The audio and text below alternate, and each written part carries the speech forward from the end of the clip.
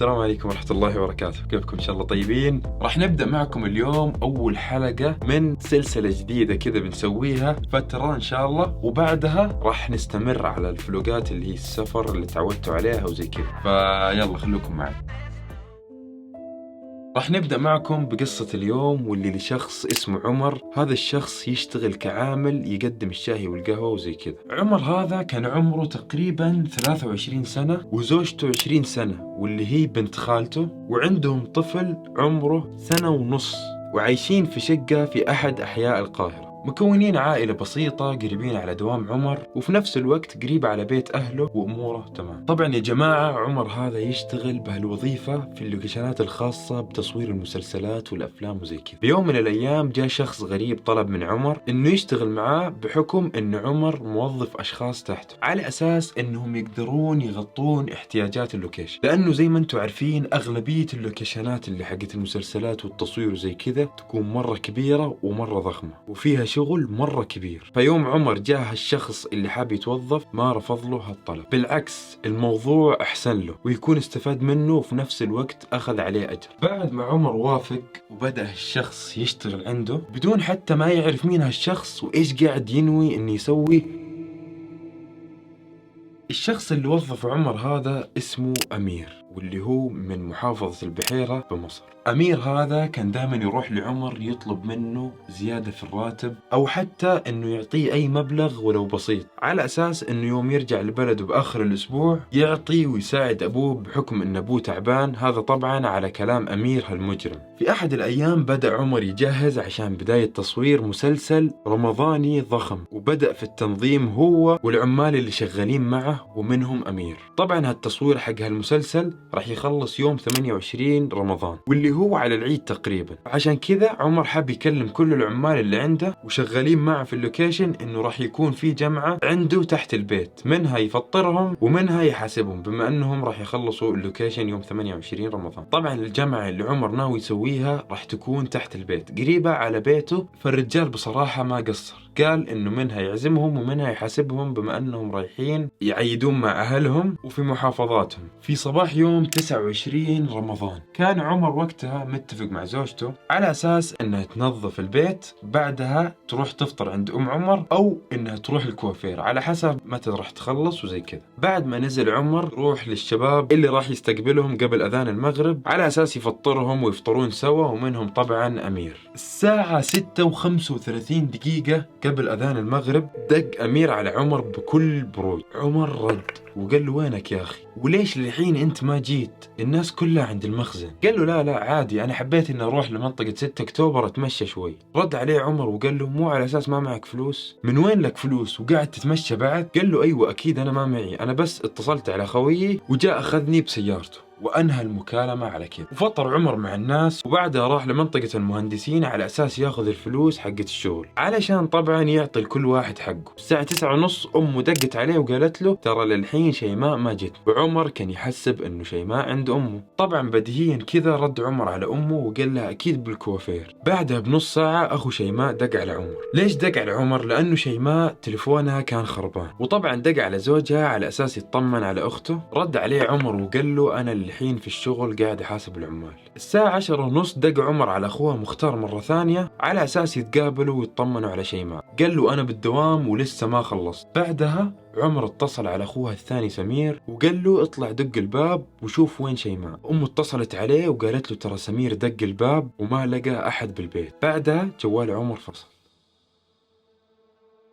بالعادة عمر هو وزوجته بس يطلع من البيت يقفلوا كل أنوار البيت من الطبلون. فدق عمر من جوال واحد من اللي معاه على سمير، قال له سمير الحين تشيك لي على الطبلون وفي أنوار جوا شغالة ولا لا؟ قال له أيوه في أنوار وأنوار الغرفة شغالة. قال له عمر خلاص تمام أنا الحين جاي. طبعا مختار خلص شغل وطلع هو عمر وسمير أخوان شيماء وابنه الصغير اللي عمره 1.5 سنة للبيت. فتح عمر باب الشقة لقاه مقفل، فيبي يقول للأخوان شيماء اللي معاه خلاص هي الحين بالكوافير، بس للأسف استغرب من الدم اللي على الأرض واللي على باب الشقة. في البداية عمر واللي معاه ما كانوا مصدقين تماما، كان يحسبها طايحة متزحلقة مغمى عليها شيء بسيط. بعد ما فتحوا الباب ولقوا نقط الدم من باب الشقة لغرفة النوم، بعد ما دخل وشافها لقاها طايحة على جنبها ووجهها للشباك، وما كان ملاحظ عليها شيء. شالوها وعلى المستشفى، وهم طالعين من باب الشقة ابن عمر الصغير اللي عمره 1.5 شافها،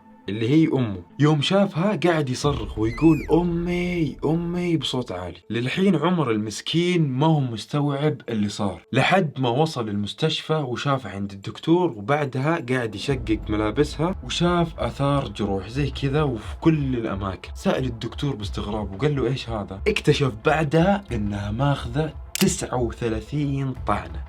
تخيلوا يا جماعة، تخيلوا بني آدم ما كان مصدق وكان يحسبها مغمى عليها، بس لما شاف جسمها حتى سأل الدكتور واستغرب، قال له هذه 39 طعنة. 39 طعنة شاملة الصدر والبطن والحوض والرجل وكل الأماكن. المجرم هذا حرفيا ما خلى شيء. فجأة بدأ عمر يتخيل الموضوع من أوله، وتذكر أمير يوم كلمه وقال له ليش ما جيت على الفطور. بعدها عمر خلى واحد شغال معاه يدق على أمير، لأنه ما في أحد راح يتغرب ويطلع آخر الدنيا يشتغل بدون ما ياخذ حقه بيوم وقفة العيد. المهم بعد ما دق عليه صاحب عمر كان متوتر ويلخبط في الكلام، وقال له انه راح لعمر البيت. قال له ايش؟ قال له لا رحت له على المخزن. وطبعا اليوم كله كل العمال كانوا بالمخزن وما شافوا أمير. بعدها انصدم عمر وعرف انه الموضوع كله كان كذب بكذب، وانه هو اللي مسوي هالجريمة البشعة.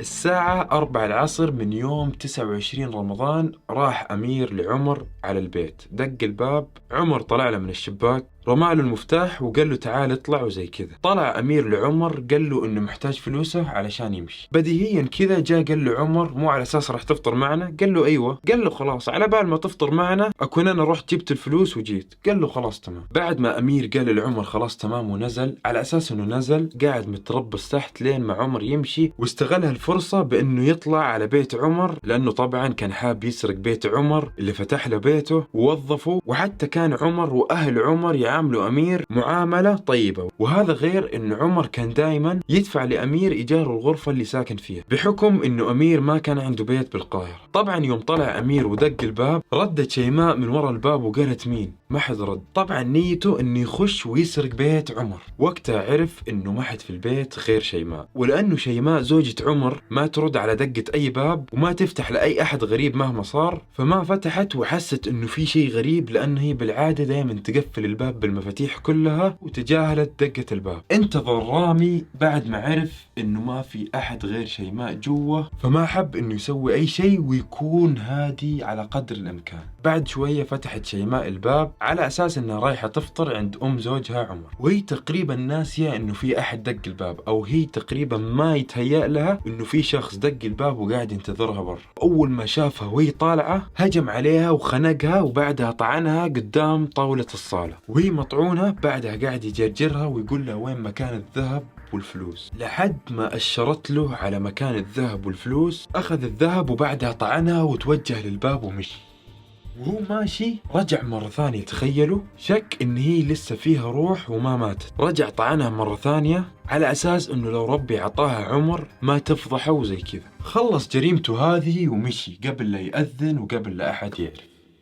المشكلة يا جماعة هالشخص حتى ما كمل مع عمر شهرين من أصل 9 شهور من أول ما وظف عمر، وكان دائما يقول له الظروف وأبوه يبي يسوي عملية ومدري إيش. حتى لما كان عمر يشوفه قاعد يشتغل بوقت الصلاة ويشوفه ما صلى كان دائما يقول له خلي الشغل وقوم صلي، سواء هو ولا أي شخص شغال عنده. عمر وشيماء عاشوا قصة حب 7 سنوات من يوم كان عمرها 13 سنة وبعدها تزوجوا. تخيلوا، يعني شافت الدنيا كلها هذه على ايد عمر والعكس. لكن ايش نقول، شكوى لله والله يرحمه. القصة هذه يا جماعة قصة حقيقية، والله العظيم يا جماعة اني تأثرت وانا قاعد اكتب المحتوى هذا. كذا نكون خلصنا قصة اليوم، اتمنى انها تكون نالت على اعجابكم. اذا عجبك المقطع يا ريت تنزل تعطينا اللايك والشير والسبسكرايب، وتكتب لنا تحت بالتعليقات رأيك. قول لنا برضو رأيك لا تنساه، على راسي وعلى شكلي كأني رئيس مباحث قاعد اقول لكم قصة. فنشوفك في الحلقات الجاية، يلا السلام.